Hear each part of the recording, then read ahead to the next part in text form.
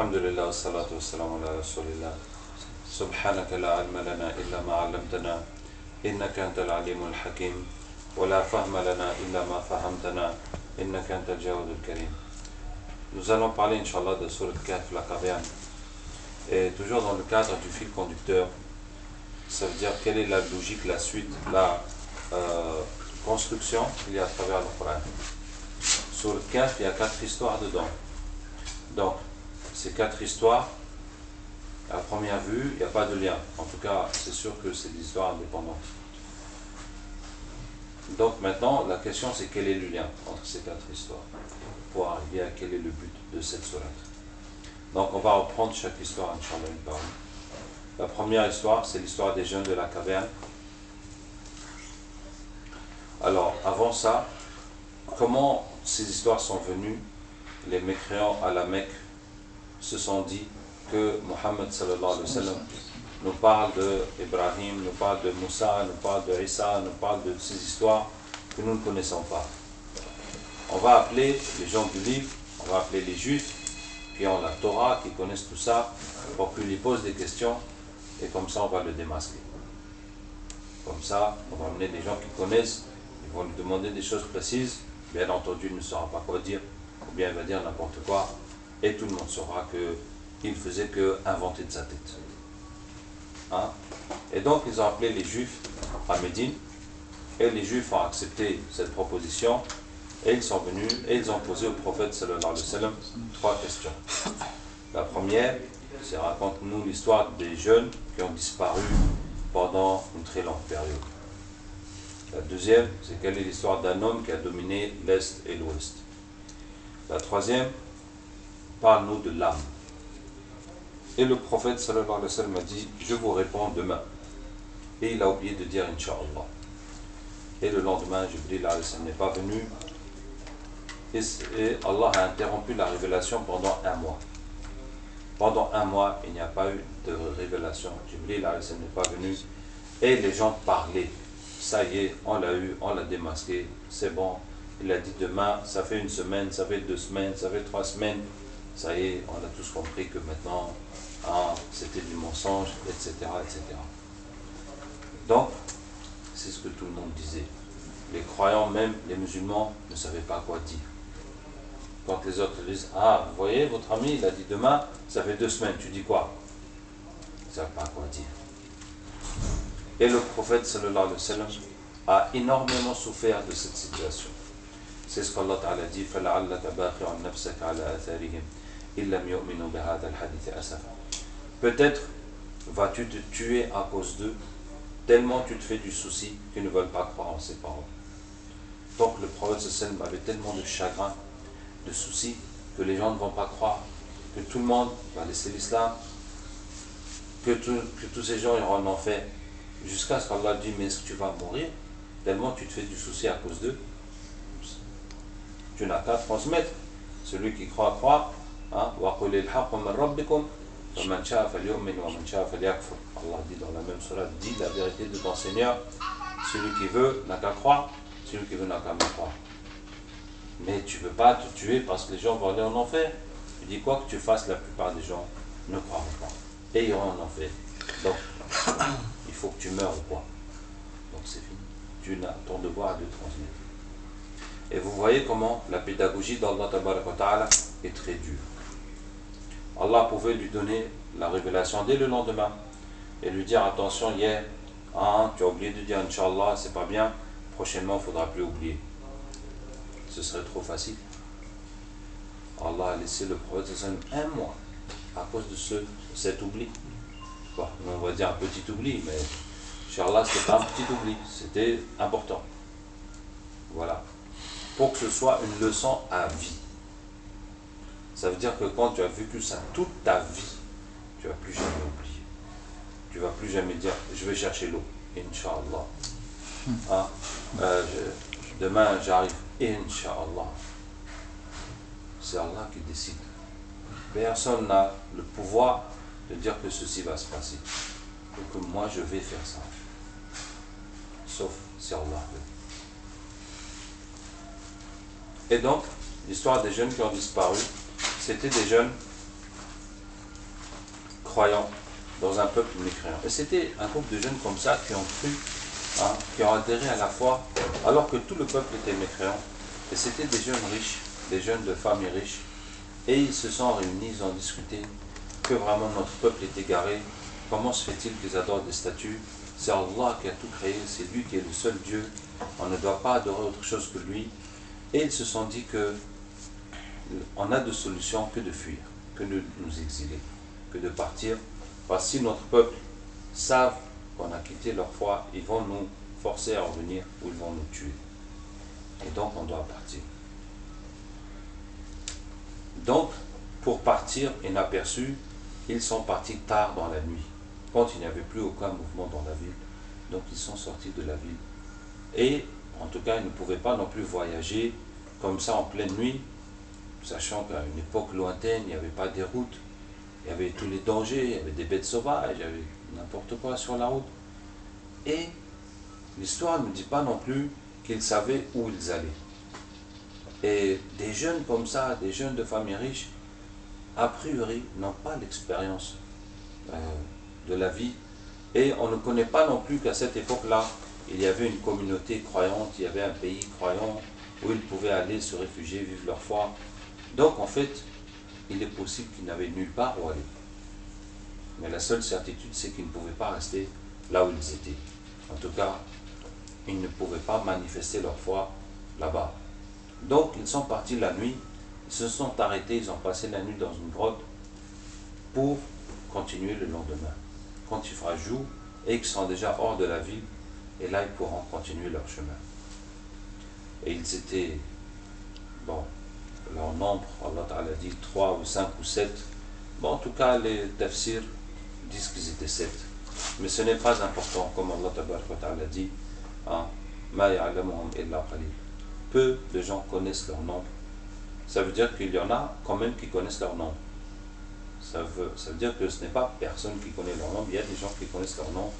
Allah dit peu de gens connaissent leur nombre, mais ne polémique pas là-dessus, juste un peu. Bon. Dans le tafsir, il s'appuie sur quoi? Pour donner leur nombre, il s'appuie sur deux choses. D'abord, quand Allah Ta'ala dit, quand ils se sont réveillés, certains dirent combien de temps sommes-nous restés? Un dit combien sommes-nous restés? Certains dirent on est resté un jour, une demi-journée, d'autres dirent Allah seul sait combien vous êtes restés. Donc ça fait le premier, un premier groupe, un deuxième groupe. Donc pour faire un groupe en arabe, il faut être 3. Donc ça fait 7 personnes. Bon, il y a une deuxième indication. En tout cas, ce n'est pas le plus important.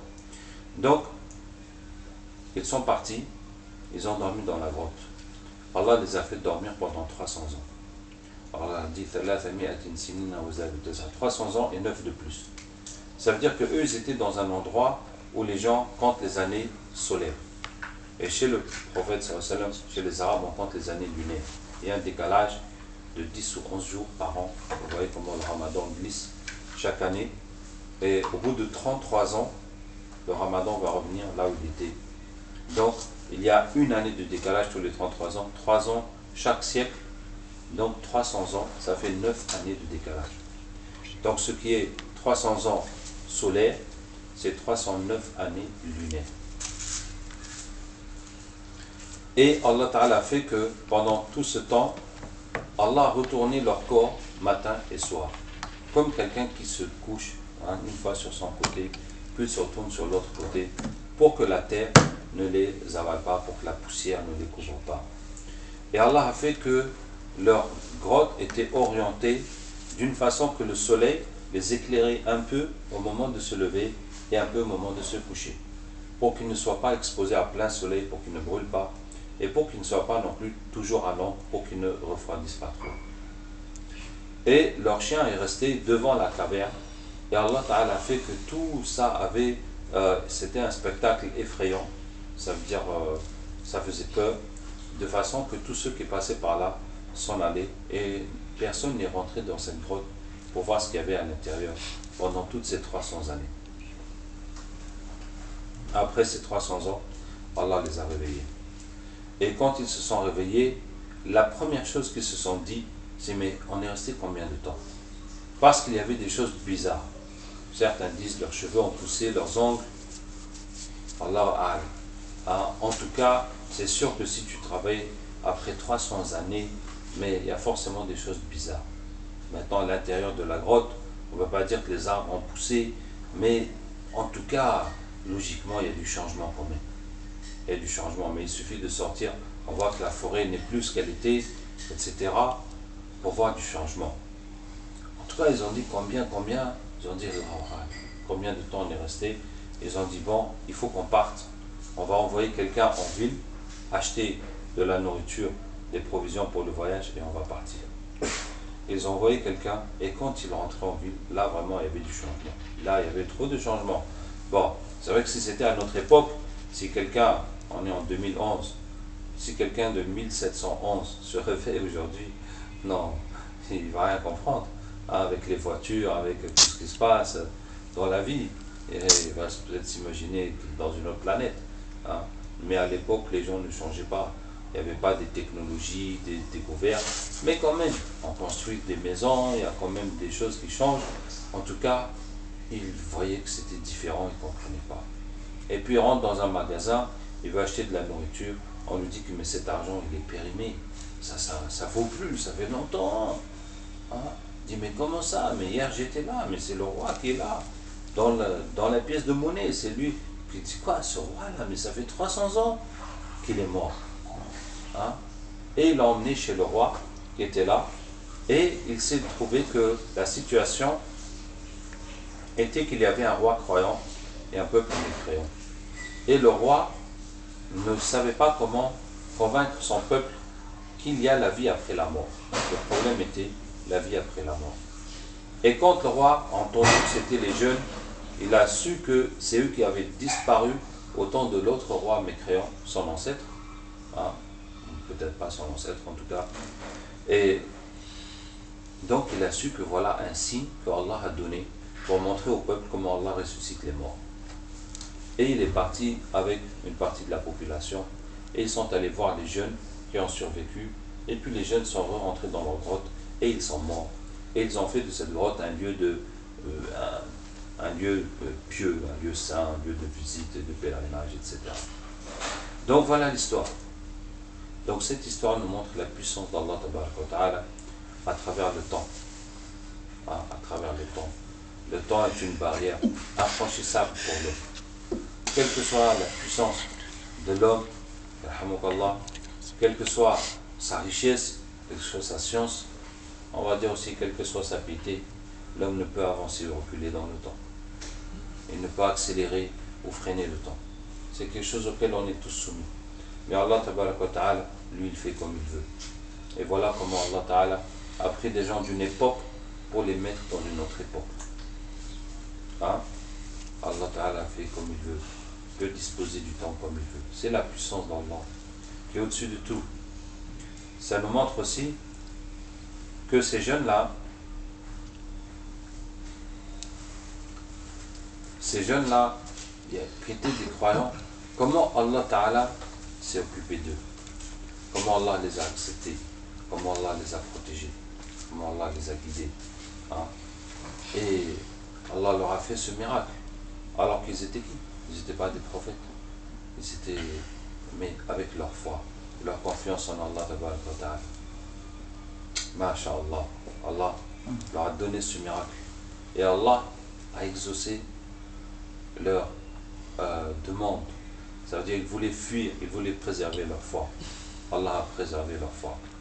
Et Allah a fait d'eux une cause de guider dans leur propre peuple, 300 ans plus tard. Ces gens dont ils disaient que s'ils nous découvrent, ils vont nous tuer, eh bien c'est leurs arrière petits-enfants qui se sont convertis grâce à eux. Ça aussi c'est une leçon dans la da'wah, que des fois tu te décourages, tu dis ces gens ne vont jamais comprendre. Il se peut que leurs enfants comprennent, ou que les enfants de leurs enfants comprennent. Donc, même si tu ne vois pas le résultat de ton travail, garde ta confiance en Allah et prie Allah que la graine que tu as semée, qu'Allah la bénisse. Hein? Au début, pendant longtemps, quand je lui disais le dua d'Ibrahim alayhi salam, je me disais mais ça sert à quoi?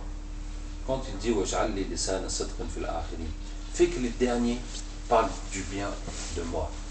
Il dit, mais nous, on combat le ria, on n'a pas besoin que les gens nous aiment, on n'a pas besoin que les gens nous apprécient, on fait pour Allah. Pourquoi faire dua pour que les gens parlent du bien de toi? Hein? Mais pour la hidayah, pour qu'il soit une cause de guider jusqu'à la fin du monde. On raconte ces histoires, on fait le sacrifice, de la même façon qu'il a accepté de soumettre à Allah et de tuer son fils Ismaïl, et la Kaaba et tout ça. Et c'est une cause de hidayah, d'augmenter la foi et de connaître Allah jusqu'au jour dernier. C'est la da'wah à travers les âges. Hein? Pour que sa da'wah continue à travers les âges, jusqu'à la fin des temps. Donc il y a des musulmans, on glorifie la mémoire d'Ibrahim alayhi salam. Et Allah dit, أولئك الذين هداهم الله فهدى الله فبهداه مقتدي. Ceux-là sont ceux qu'Allah a guidés, suivent leur guidée. Millata abikum Ibrahim, la voie de votre père Ibrahim. Donc, voilà pour ce qui est des jeunes de la caverne. Bon, il y a certainement d'autres enseignements. La deuxième histoire, c'est une histoire beaucoup plus modeste, mais son importance aussi est très grande. C'est l'histoire d'un riche et d'un pauvre. En tout cas, pas vraiment d'un pauvre, mais c'était un sage. L'histoire d'un riche et d'un sage. Deux voisins. Allah nous dit, Allah nous décrit la richesse qu'il a donnée à l'un d'eux.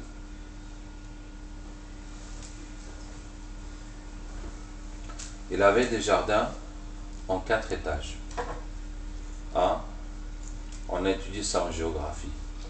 L'agriculture la plus productive est en 4 étages. Avant de parler des 4 étages, l'agriculture encore, il y a 2 sortes.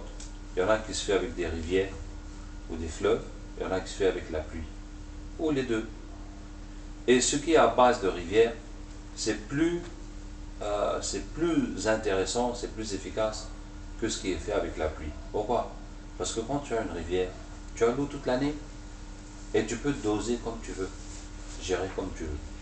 Mais quand c'est la pluie vient par saison. Des fois ça vient trop, des fois c'est pas assez, des fois c'est en retard, des fois c'est trop tôt. Donc c'est une incertitude.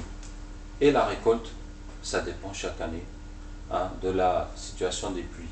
Mais quand tu as un fleuve où l'eau n'arrête pas toute l'année, là tu fais comme tu veux et tu peux travailler toute l'année.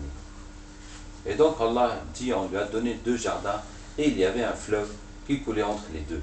Donc il avait l'eau à disposition en quantité, il pouvait gérer ça comme il veut. Les 4 étages, c'est quoi? Donne-leur l'exemple de 2 hommes. On a donné à l'un d'eux 2 jardins de vignes. Donc les vignes, c'est des buissons. Min a'nabin wa hafafnahuma binakhlin, entourés de dattiers. Les dattiers, c'est tout en haut. Wa ja'alna baynahuma zar'a. Entre les vignes, il y avait des légumes. Donc des tomates, des piments, des oignons, des pommes de terre, des légumes qui appartenaient. Wa kana lahu thumur, et il avait des fruits. Entre les vignes et les dattiers, il y a les fruits, les pommiers, les pêches, les abricots, les mangues, etc., les cerises, ces arbres, les arbres fruitiers. Vous voyez, 4 étages. En bas, les légumes, les buissons, c'est les vignes, plus haut, c'est les fruits, et tout en haut, c'est les dattiers. 4 étages. Et il rentre dans son jardin, en se faisant du tort. Et il dit, je ne crois pas que ce jardin, que cette richesse périra jamais. Subhanallah. Et quand je lis ça dans le Coran, comme Allah Ta'ala dit, il croit que sa richesse l'a rendu éternel. Moi je me dis, est-ce que c'est possible que quelqu'un il est tellement riche et il croit qu'il ne va jamais mourir? Je dis, mais c'est possible. Est-ce qu'on peut être bête comme ça, de croire que parce que tu es riche, tu vas pas mourir, alors que ça n'a rien à voir. Et puis tout le monde meurt, on a toujours su ça. Hein? Et puis il y a eu en France quelqu'un qui avait un objectif d'avoir 100 millions. 100 millions d'anciens francs, 150 000 euros, et il a travaillé jusqu'à ce qu'il a réuni, ramassé 100 millions. Et quand il a eu les 100 millions, la mort est venue. Et quand il mourait, il disait Moula miat maloun yamout. Celui qui a 100 millions meurt. Celui qui a 100 millions meurt. Hein? Et les gens lui disent Dis la ilaha illallah. Et lui dit celui qui a 100 millions meurt. Jusqu'à ce qu'il est mort. Hein? Et comme si que 100 millions, ça va t'empêcher de mourir. Ou ça va changer quelque chose. Parce que Malak al-Maut, il va te dire t'as combien en banque avant de prendre ton âme. Ou bien il va te demander ton CV ou tes diplômes. Et c'est comme ça. Allah dit l'homme dépasse les bornes quand il voit qu'il est riche. Il n'a plus besoin. Il commence à dépasser les limites. Donc, et il dit et je ne crois pas que l'heure viendra, que la fin du monde viendra, que la résurrection, il y en aura. Et même si je retourne vers mon Seigneur, je vais trouver mieux que ça. Il dit j'y crois pas. Et même si ça existe, eh ben, ce sera moi qui aura tous les honneurs. Parce que moi, c'est Monsieur Tel. Tu vas pas me comparer à lui quand même. Allah Ta'ala, en admettant qu'il existe, mais il ne va pas préférer lui à moi. Subhanallah. D'abord, il n'y croit pas, mais même si ça existe, mais lui, c'est lui quand même. Il faut qu'on connaisse sa valeur, parce que c'est lui. Ajib, qu'Allah nous en préserve.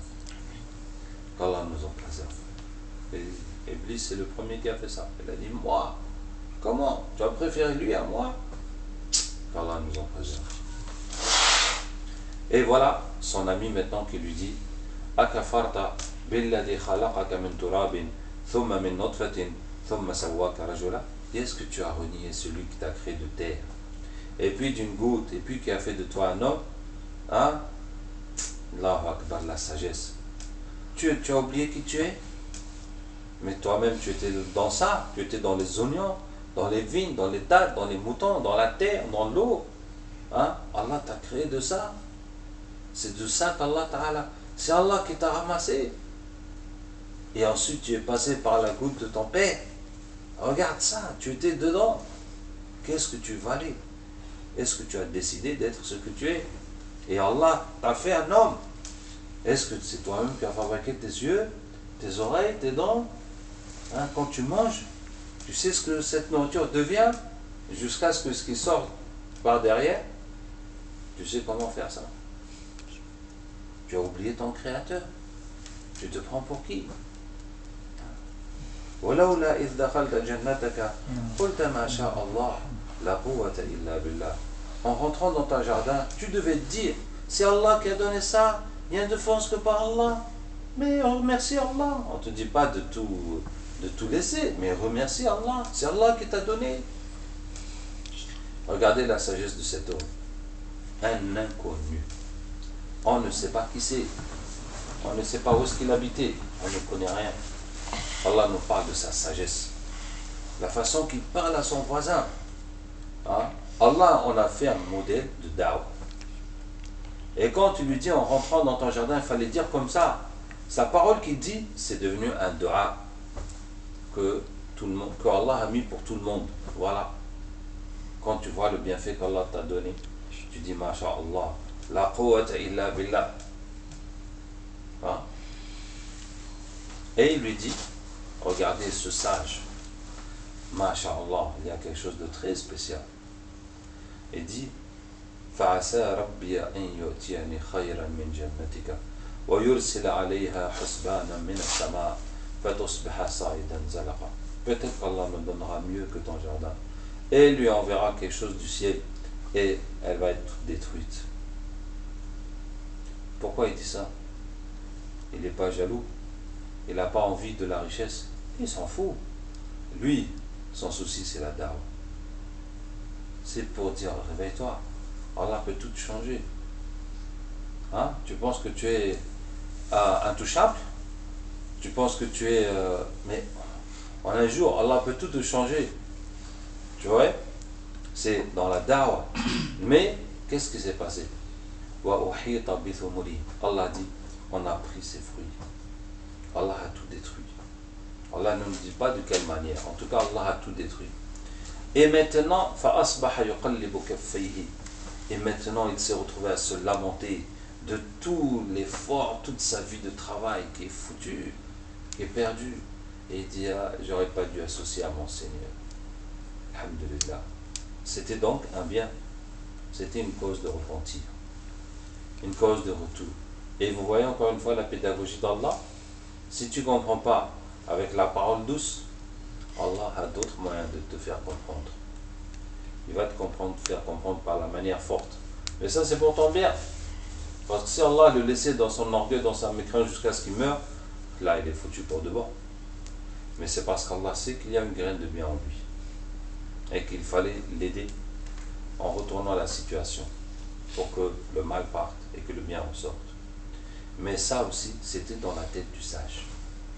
Quand tu lui dis peut-être qu'Allah Ta'ala va te retourner ta situation pour te sauver de ton orgueil, de ta nafs, de tes passions, de ta richesse. Vous voyez? Le hadith. La parole qu'il a dit, Allah l'a exécutée. Vous voyez cette puissance? La piété, la sagesse, le dua, la da'wah et le dua accepté. Masha'Allah. Est-ce que tu as envie d'être un homme qui sort sa carte bleue, fait tout ce qu'il veut, appelle qui il veut dans le gouvernement, on fait tout ce qu'il veut, hein? Tu as ton fils, tu dis, bon, toi je te donne l'usine telle, tu gères ça, toi je te donne tel bâtiment, tu gères ça, tu ramasses les loyers, toi je te donne les taxis, tu es, Masha'Allah, le boss, hein? Ou bien, toi tu as le dua avec Allah Tabaraka wa Ta'ala, et quand tu dis à Allah, c'est exécuté. Tu passes parmi les gens inaperçus, comme un minable, comme un moins que rien. Mais chez Allah Tabaraka wa Ta'ala, Allahu Akbar, qu'Allah Ta'ala nous accepte. Voilà, cet homme, la sagesse, la hikmah, mais il n'avait pas la richesse, vous voyez? Alors que chez nous on dit, les mains de flous, la main sauce. Celui qui n'a pas d'argent, ses paroles n'ont pas de goût. Parle ou tais-toi, on s'en fout. Celui qui a l'argent, tout le monde écoute et respecte.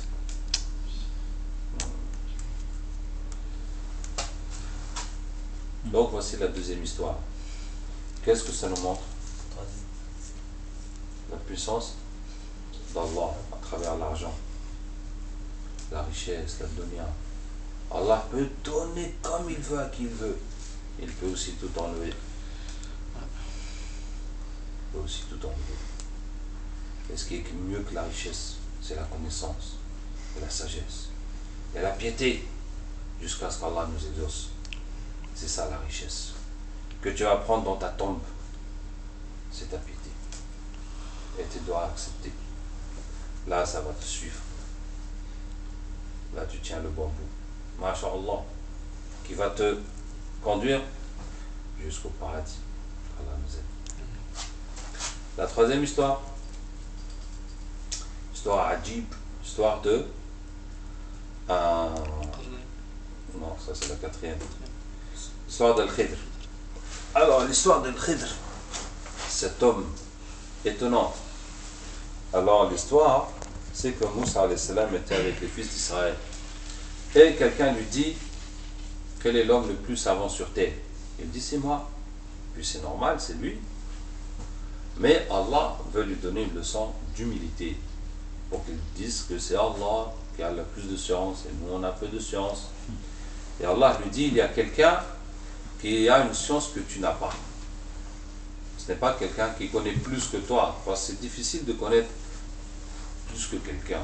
Il y a un proverbe qui dit Yujadu fil nahri ma la yujadu fil bahri. On trouve dans le fleuve ce qu'on ne trouve pas dans la mer. La mer est plus grande que le fleuve. Mais malgré ça, dans le fleuve, il y a des choses que tu ne peux pas trouver dans la mer. Donc, on ne peut pas dire que la mer, c'est plus que le fleuve. Parce qu'il y a des choses aussi dans le fleuve qui ne sont pas dans la mer. Mais quand même, la mer, c'est quand même plus. Mais dans le fleuve aussi, il y a des choses. Donc, c'est comme ça la science. Allah lui dit à quelqu'un qui connaît des choses que tu ne connais pas. Et regardez ce que Moussa fait. Il dit à Allah, montre-le-moi pour que j'aille apprendre. Est-ce que vous voyez? Hein? Ça veut dire que quel que soit le niveau de science de la personne, il est plus important d'apprendre que d'enseigner.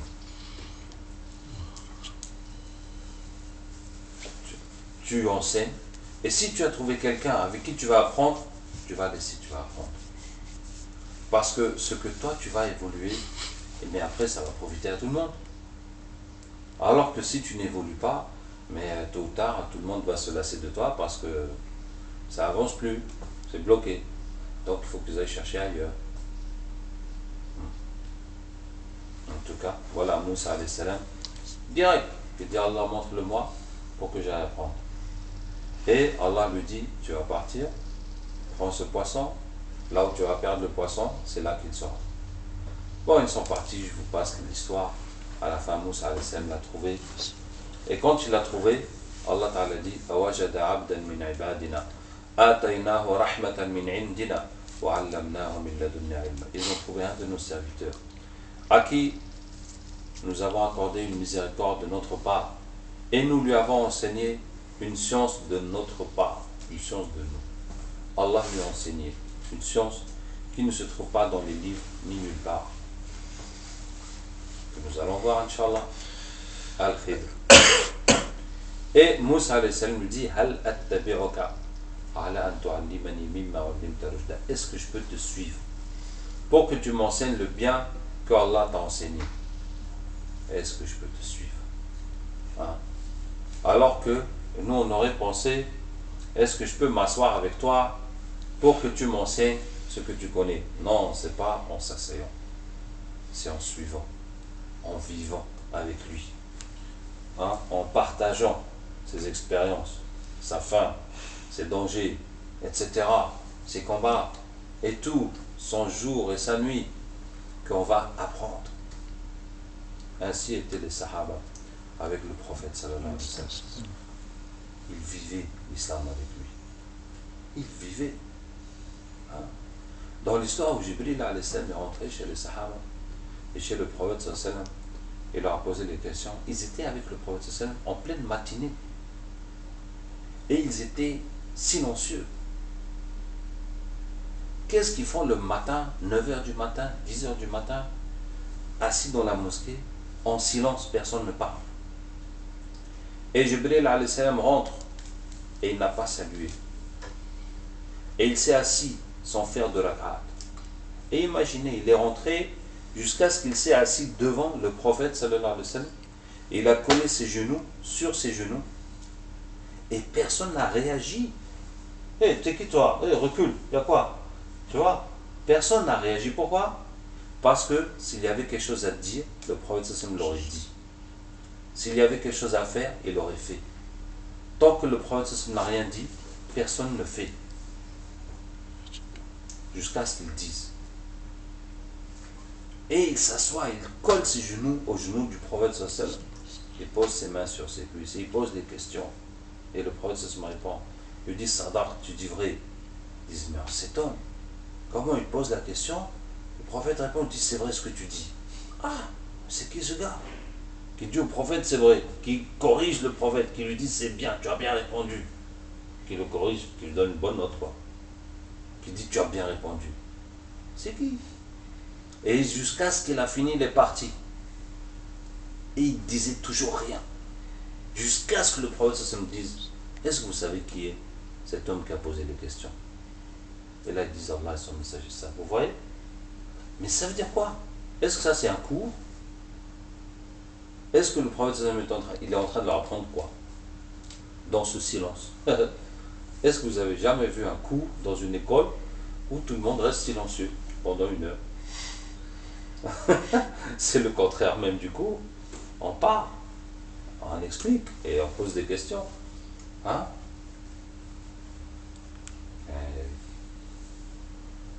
Quelle est la signification de ce silence?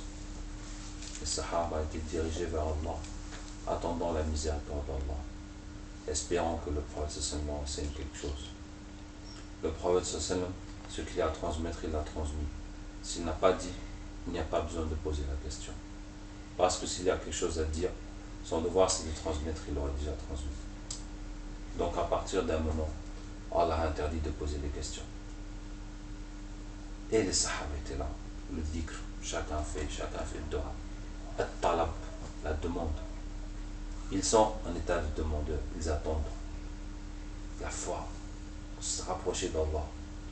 Et voilà, avec cette demande, avec cette situation, quel cadeau Allah leur fait, que Jibril alayhi salam est venu s'asseoir au milieu d'eux. Et que tout le monde l'a vu devant ses yeux. Et que cette image est restée enregistrée dans leur tête. Et tout le monde a entendu les paroles de Jibril alayhi salam. Voilà, la récompense pour être dans cet état de demande. Maintenant la prière de Dhuhr va venir. Eh, vous savez, Jibril est venu tout à l'heure. Il a posé, quoi? Où est-ce que je peux le trouver? Où est-ce que tu vas le trouver? C'est fini. Tu penses que tu vas venir maintenant tous les matins pour attendre Jibril? Ça y est. Le train est passé.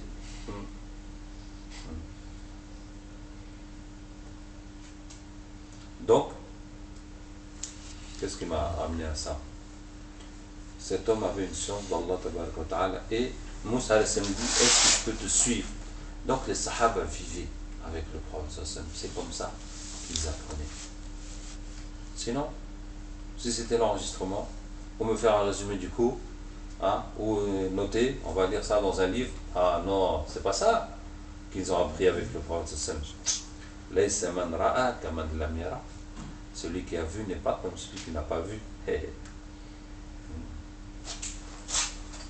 Donc, est-ce que je peux te suivre? Allah, et ça me rappelle quelqu'un qui m'avait posé une question. Il m'a dit, toi, tu as appris où? Il m'a dit, la science, c'est pas dans les livres. La science, c'est en s'asseyant avec les savants. Et délil. Tu vois? Hajib, hein? Je lui ai dit, tu me dis délil. Et toi, quel est ton délil que la science ne s'apprend pas dans les livres, que ça s'apprend avec les savants? Mais quel est ton délil? Et parce qu'il me demandait des délits, et après à un moment il dit wa'lam, et sache que la science ne s'apprend pas dans les livres, mais en fréquentant les savants. Je lui dis, toi tu me parles de délil et tu me dis sache que. Mais quel est ton délil? Mais si tu as un délil, dis-le. Si tu n'as pas de délil, ferme ta bouche. Ne me dis pas sache que. Sache que, ça veut dire que ça vient de toi. Je lui dis, dis-moi ton délil. Et je dis non. La science, ça s'apprend dans le mouvement, dans l'action, dans l'engagement. Comme vivaient les Sahaba avec le prophète sallallahu alayhi wa sallam. Et si tu me dis que, mais toi, ton savant, il vient donner son cours, puis rentre chez lui, et puis vous ne le voyez plus, c'est ton problème. Mais je te dis une chose, les Sahaba n'ont pas appris comme ça avec le prophète sallallahu alayhi wa sallam. Qu'il vient faire cours, il s'en va, et puis classe, non, tu ne peux pas rentrer, sa Mercedes qui l'attend, son machin et tout. Non, c'était pas comme ça qu'ils ont appris l'islam. Ça veut dire que l'islam que vous apprenez de cette manière, c'est pas le même islam que les Sahaba ont appris avec le prophète. C'est autre chose que vous apprenez. L'islam, c'est dans le mouvement. Masha'Allah. Donc, en tout cas, Moussa alayhi salam dit, Al-Khidr, est-ce que je peux te suivre? Sans savoir où est-ce qu'il va, pour combien de temps. Maftouh, c'est ouvert. Cet homme, c'est quoi? C'est un guerrier, c'est un chercheur de trésors, c'est quelqu'un qui aide les pauvres, c'est quelqu'un qui fait le pèlerinage, c'est quelqu'un qui prie toute la nuit. On ne sait pas. Vas-y seulement. Tu vas découvrir. Et Al-Khidr lui dit, non. Il dit, tu ne pourras pas patienter. Tu n'as pas les qualifications pour suivre cette formation. Ton dossier n'est pas recevable, tu es rejeté. Subhanallah. Yani Moussa alayhi salam n'est pas qualifié pour apprendre ça. Moussa alayhi salam n'est pas qualifié. Et il dit, comment pourras-tu supporter quelque chose que tu ne comprends pas? Ajib, Moussa alayhi salam n'est pas apte à apprendre. Et qu'est-ce que Moussa lui dit? Ça dit, pour lui dire quoi? Mais tu sais pas qui je suis, moi? Mais moi, c'est Moussa. Moi, c'est le prophète d'Allah, celui à qui Allah parle. Tu vois? Hein? Tu me dis que je ne peux pas apprendre. Pourquoi? C'est quoi ton truc? Il y a quel problème? Vas-y, dis-moi. Non? Moussa qu'est-ce qu'il dit? قال ستجدني إن شاء الله صابرا ولا أعصي لك أمرا. Inch'Allah, je vais être patient et je ne vais pas te désobéir, hein, quoi que ce soit que tu me dis de faire. Dis-moi tes conditions, je vais faire tout ce que tu dis. Laisse-moi venir. Moussa le supplie. Il se met, hein, il se rabaisse, se met à plat ventre. Voilà, dis-moi tout ce que tu veux, pose tes conditions, je vais faire tout ce que tu dis. Subhanallah, pour apprendre la science. Ah, faut oublier qui on est, hein. Faut oublier qui on est. Ah, sinon, tu vas pas apprendre. 1, 2, 3, tu dis, oh, toi tu es qui, moi je suis qui. Non, il fallait rester chez toi. Hein? Là-bas, avec ta femme, tes enfants, tu vas faire ton petit roi. Qu'Allah Ta'ala nous aide. Qu'est-ce que je disais? Et donc, ils sont partis. Ils sont partis dans un bateau. Et là-bas, le prophète nous dit qu'il y a un oiseau qui a pris un peu d'eau dans la mer. Et le Khidr dit à Moussa, ta science est ma science. C'est comme ce que cet oiseau, dans la science d'Allah, c'est comme ce que cet oiseau a pris dans cet océan. Vous voyez mes frères? Ça c'est la science de Moussa al-Khidr. Alors notre science à nous, elle est où? Elle est où? Et c'est pour dire que la science d'Allah est tellement grande. Il faut toujours avoir l'ambition d'apprendre. Tu vois, mais comment tu peux penser que ça y est, tu as compris? Subhanallah. La petite goutte dans l'océan, on dit ça y est, moi c'est bon. Je n'ai pas, subhanallah. Vraiment. Hein? Mais il faut avoir l'ambition, Allah peut te donner beaucoup plus. Il faut que tu aies l'ambition, la demande et l'effort pour apprendre. Après, descendu du bateau, Moussa prend une pioche, il fait un trou dans le bateau. Pardon Moussa, mais corrigez-moi, c'est le Khidr qui a pris une pioche, qui a fait un trou dans le bateau. Et Moussa lui dit, quoi? Tu as trouvé ce navire? Ah, c'est méchant ce que tu as fait. Les gens ils vont se noyer, tout ça. Il lui dit, je t'ai dit. Alam Apol, j'ai dit que tu ne pourras pas patienter. Et oui, tout le problème de Moussa, c'est qu'il n'a pas pu se mettre dans la peau d'un élève. Il est toujours celui qui ordonne le bien, qui interdit le mal, qui dit ça, qui crie après, ben non, Israël, c'est comme ça, c'est pas comme ça. Il est toujours dans son même rôle. Ah. Et qu'est-ce qu'il dit? Ah, ne me fais pas de reproches parce que j'ai oublié. Et il ne faut pas me rendre la vie dure, c'est juste un oubli. Quoi. Mais qu'est-ce que je t'ai dit? Je t'ai dit pourquoi tu as fait ça, parce que c'est mauvais. Tu n'as pas besoin de me faire comme ça. Subhanallah. Ça veut dire que Moussa, c'est l'autre qui doit lui apprendre. Et Moussa lui dit comment il faut qu'il lui apprenne aussi. Tu vois? Ça veut dire des fois tu vas apprendre quelque chose à quelqu'un et c'est lui qui te dit non, tu ne m'apprends pas comme ça, tu m'apprends comme ça. Ah bon? Subhanallah. Et toi tu es l'élève et c'est toi qui vas m'apprendre comment je dois être maître pour que toi tu sois mon élève. Hein? Quand même, il y a un problème. Vous voyez? Et c'est ça, Moussa n'a pas pu, malgré sa volonté, son envie d'apprendre, il n'a pas pu accepter que le Khidr c'est son maître et que c'est lui qui gère la baraque et c'est lui qui dit ce qu'on fait, ce qu'on ne fait pas et puis c'est tout. Non, il veut toujours mettre sa petite graine. Qu'Allah nous aide.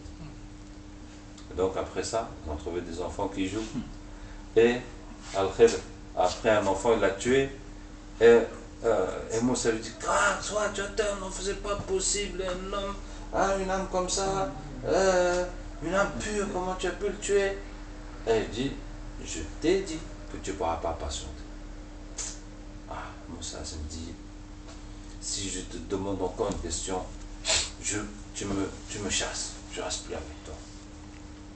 Un problème encore, pourquoi se mettre la corde au cou?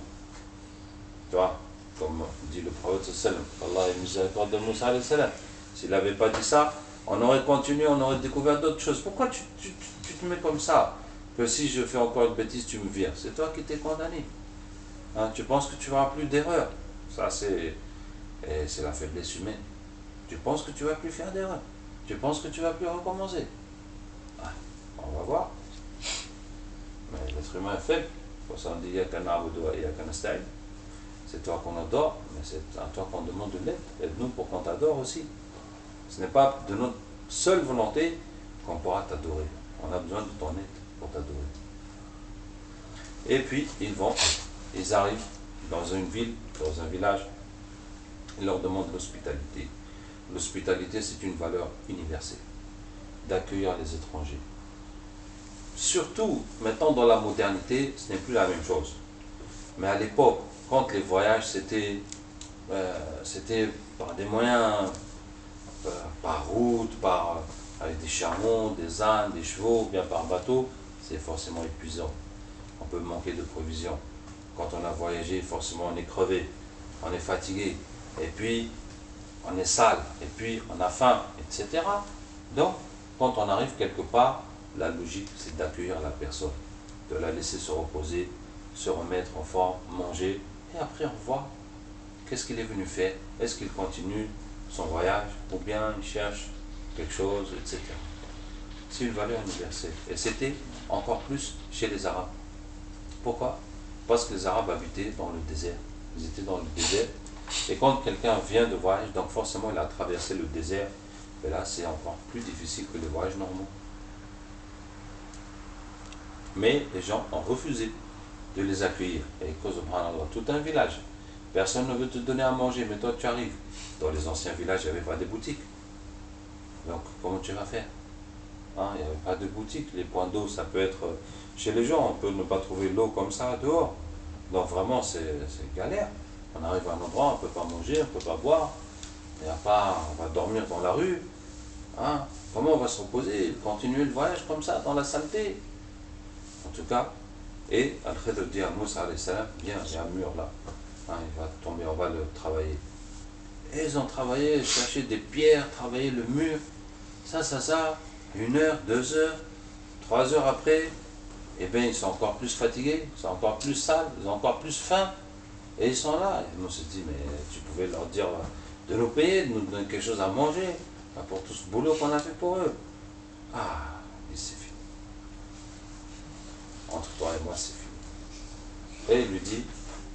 Et il lui explique, le bateau appartenait à des pauvres, et il y avait un roi qui voulait faire la guerre et confisquer les navires, et j'ai voulu le trouver pour que le roi le laisse. L'enfant, ses parents étaient pieux, il allait devenir méchant et leur faire beaucoup de mal, et j'ai voulu le tuer pour qu'Allah leur donne un enfant meilleur. Et ce mur-là, il y a un trésor en dessous qui appartient à 2 orphelins, dont le père était pieux. Allah a voulu qu'ils grandissent pour trouver leur trésor. Si le mur tombe, les gens de la ville, ils vont leur piquer leur trésor. Ces gens méchants. Voilà. C'est Allah qui m'a dit de faire tout ça. C'est fini entre nous, salam. Moussa alayhi salam a raté des choses. Alors, voici l'histoire. Quelle est maintenant la moralité? Une petite remarque sur la personnalité d'Al-Khidr. Sur la personnalité d'Al-Khidr, il y a une discussion entre les savants. Est-ce qu'un prophète ou c'est un pieux? Moi, j'ai toujours pensé que c'était un pieux, mais voilà que récemment, Maulana Anas Ahmed Lala me dit que les Mufassiroun pensent plus que c'est un prophète. Bon, en tout cas. Puis il y a des gens qui disent qu'il est encore vivant, et puis d'autres qui disent que non, c'est pas vrai. En tout cas là, c'est vrai que peut-être qu'avec les djinns, on pourrait savoir. Et, en tout cas là, vraiment, les savants disent que ce n'est pas vrai. Mais bon, il y en a qui disent qu'ils l'ont vu et qu'il est toujours là, etc. Alors, à part ça, c'est quoi la science de Khidr? La science du Ghaib. Le Ghaib, c'est ce qui est absent. C'est pas l'invisible, hein, parce que même l'air est invisible, il y a beaucoup de choses qui sont invisibles, mais qui ne sont pas du Ghaib. Ghaib, Rab, c'est ce qui est absent. Science du Ghaib. Et vous voyez que dans cette science du Ghaib, il y a le futur, il y a le passé. Mais il y a aussi les choses qui n'existent pas, qui ne peuvent pas exister. Ça veut dire quoi? Par exemple, je suis un homme. Si j'étais né fille, au lieu d'être né garçon, comment j'aurais vécu? Avec qui je me serais marié? Quels enfants j'aurais eu? Etc. etc. Vous voyez que tout ça, ça n'existe pas. Parce que je suis né garçon. Mais Allah sait que si j'étais né fille, qu'est-ce qui allait se passer? Vous voyez? Allah Ta'ala sait que s'il n'y avait pas des moutons sur terre, comment les hommes ils auraient vécu du début jusqu'à la fin du monde. Que s'il y avait encore des dinosaures, comment ça va se passer, etc. Que si Allah fait que les hommes ont des oreilles plus longues, ou bien ils ont des cornes, ou bien des queues, mais comment la vie des humains serait, hein, si on avait des fourrures, etc. Que si les moustiques, ça n'existait pas, hein, comment la vie serait. Est-ce que vous voyez, dans tous les cas de figure, Allah sait. Et c'est ça le rêve. Et c'est ça ce qu'Allah Ta'ala dit au prophète sallallahu alayhi wa sallam. وَلَوْ كُنْتُ أَعْلَمُ الْغَيْبَ لَاسْتَكْثَرْتُ مِنَ الْخَيْرِ وَمَا مَسَّنِيَ السُّوءُ. Si je connaissais le ghaib, j'aurais eu beaucoup de bien. Et le mal ne me toucherait pas. Hein? Ça, imagine, par exemple, tu es commerçant. Et tu sais que si tu prends telle marchandise, tu la mets à telle place, comment tu vas la vendre. Et l'autre, comment tu vas la vendre. Et si tu prends celle-là, que tu vas perdre, etc. Si tu pouvais connaître comme ça, voir toutes les possibilités, mais tu vas prendre tout ce qui te rapporte le maximum d'argent. Chaque jour, tu vas vider ta boutique, le lendemain, tu vas tout remplir. Hein? Et le mal ne me toucherait pas. Si je sais qu'en coupant mes trucs, je vais me couper le doigt, mais je ne vais pas me couper le doigt. Si je sais qu'en posant mon portable ici, je vais l'oublier, mais je ne vais pas l'oublier, etc. Ça veut dire, si je sais où est-ce que il va m'arriver un problème, je vais éviter tous les problèmes. Donc c'est une science comme ça que le Khidr avait. Il pouvait voir toutes les possibilités et choisir la plus intéressante, hein, la plus favorable. Il voyait tout ça comme ça. Tout ce qui était avant, tout ce qui était après. Et donc ça, il faut que ça se passe comme ça. En vérité, c'était un instrument d'Allah. Parce que c'est Allah qui a cette science. Et Allah fait le destin en fonction du bien et du mal des gens. Celui qui fait un bien, Allah lui fait une bonne vie, comme Allah Ta'ala dit.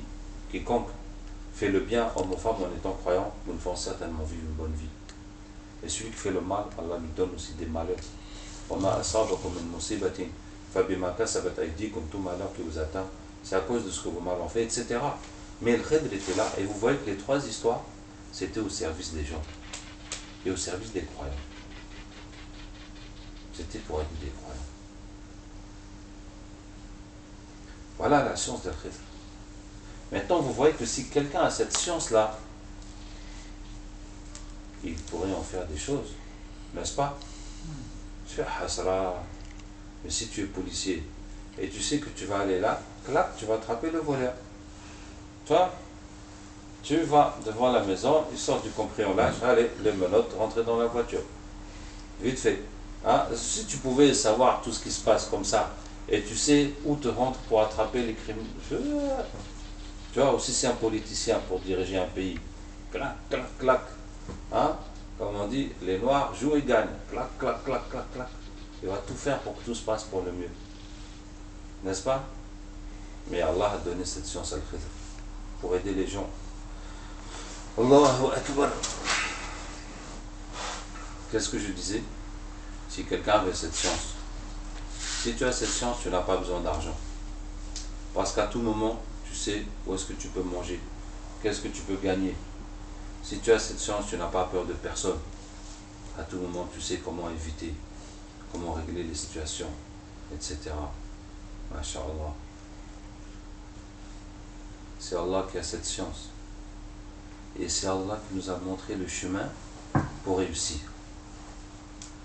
Ça veut dire, imagine que, voilà maintenant, parmi des dizaines d'options que tu as, d'aller ici, de faire ça, de vendre ça, d'acheter, de jeter ton argent, de faire connaissance avec quelqu'un, et que tu voyais toutes ces options, où est-ce que ça te mène? Et que tu pouvais choisir la voie qui va te mener à un bonheur total. Et franchement, tu vas prendre celle-là. Et Allah nous a montré la voie, parce que c'est Allah qui est tout ça, qui nous mène au bonheur total. من عمل صالحا من ذكر أو أنثى وهو مؤمن فلنحيينه حياة طيبة. Quiconque fait le bien, homme ou femme, en étant croyant, nous le ferons vivre une bonne vie. Et nous leur donnerons leur récompense, certainement, selon le meilleur qu'ils faisaient. La bonne vie dans ce monde, et la meilleure récompense dans l'au-delà. Avec la foi et les bonnes actions. Vous voyez? Donc les bonnes actions, c'est des, comment on appelle ça? C'est des mises gagnantes qui sont garanties par Allah. Qu'il y a le bonheur dedans. Je reviens à Khidr. Maintenant, chez le Khidr, il y a une question. La science de Khidr, est-ce que ça peut s'apprendre ou ça ne peut pas s'apprendre? Allah dit, nous lui avons donné une science de notre part. C'est Allah qui lui a donné ça. Mais aussi, quand Moussa est venu apprendre, Al-Khidr lui dit, toi, tu ne peux pas apprendre. Il dit, toi, tu ne peux pas apprendre parce que tu n'es pas patient. Il lui dit, laisse-moi essayer. Il dit, alors, ne pose pas de questions. C'est pour lui montrer que voilà, tu n'as pas pu apprendre parce que tu n'arrêtes pas de poser des questions. C'est ça qui t'a empêché d'apprendre. Donc, si ce n'était pas ça, il était possible que Moussa apprenne ou que quelqu'un d'autre apprenne. Est-ce que vous voyez? On va essayer de refaire l'histoire différemment. Un remake de l'histoire en supposant que Moussa ou bien un autre élève avec le Khidr le suive et ne pose pas de questions. Donc tu es avec le Khidr. On descend du navire, il trouve le navire, il dit mais qu'est-ce que tu es? Non. Allah m'a dit d'apprendre avec ce gars. Donc je dois regarder et c'est moi qui dois apprendre. C'est pas moi de lui dire ce qu'il doit faire et pas faire. Ce qu'il fait, moi je regarde et j'apprends. Et j'ai pas le droit de poser des questions. Voilà, il a trouvé le navire et tout le monde s'est fâché. Ils nous ont chassés. On est parti comme des malpropres. On s'est fait chasser comme des quoi? Comme des voyous. Hein? Et Khidr, mais c'est quoi ça? Non, j'ai pas le droit de poser des questions. On se calme. Qu'est-ce qui s'est passé? Il a trouvé le navire.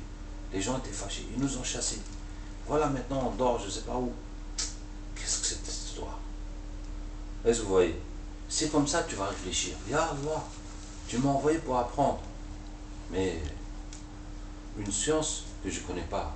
Là, j'ai rien compris. J'ai rien compris. C'est quelle science ça? Tu vas réfléchir. Tu vas dire,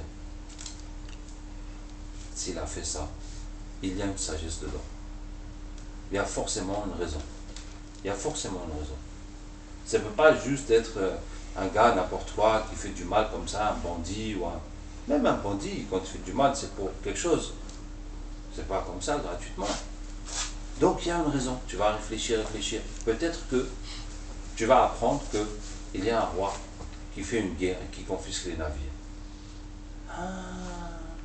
Tu vas dire donc, lui il a trouvé leur navire pour que le roi ne le prenne pas. Mais comment il a su ça lui? C'est ça qu'Allah lui a montré. Ah bon, d'accord. Est-ce que vous voyez? Peut-être comme ça tu vas commencer à comprendre. Après, on tue un enfant. Oula, là ça c'est grave. Là c'est grave. Mais tu te retiens. Non, je ne pose pas de questions. J'apprends. Il y a quel hikmah dans ça? Il y a quel bien dans ça? Et tu vas comme ça observer, chercher à comprendre jusqu'à ce que petit à petit, il y a des petites lumières qui vont jaillir dans ton noir. Et tu vas commencer à dire, ah, peut-être que c'est à cause de ça, peut-être comme ça, jusqu'à ce que petit à petit, Allah va te montrer. Hein? Mais vous allez me dire que, ouais, mais le Khidr, il est où? Faut qu'on aille faire un stage de ilm al-ghaib, hein? De la science du cachet. Eh bien, ces événements, ils arrivent tout le temps. Voici des accidents de voiture ou de navire, voici des enfants qui meurent, voici des tremblements de terre, voici diverses choses qui arrivent. Tu n'as qu'à, sans qu'il y ait le Khidr, puisque le Khidr ne répond même pas aux questions. Donc, tu n'as qu'à toi-même observer, chercher, réfléchir, quelle est la sagesse d'Allah dans ces choses-là. Et moi je vous dis, la première chose que tu vas observer et que tu vas apprendre à analyser pour chercher la sagesse d'Allah qu'il y a dedans, ce sont tes propres problèmes. Parce que là au moins, tu as déjà la réponse. وَمَا أَصَابَكُم مِّن مُّصِيبَةٍ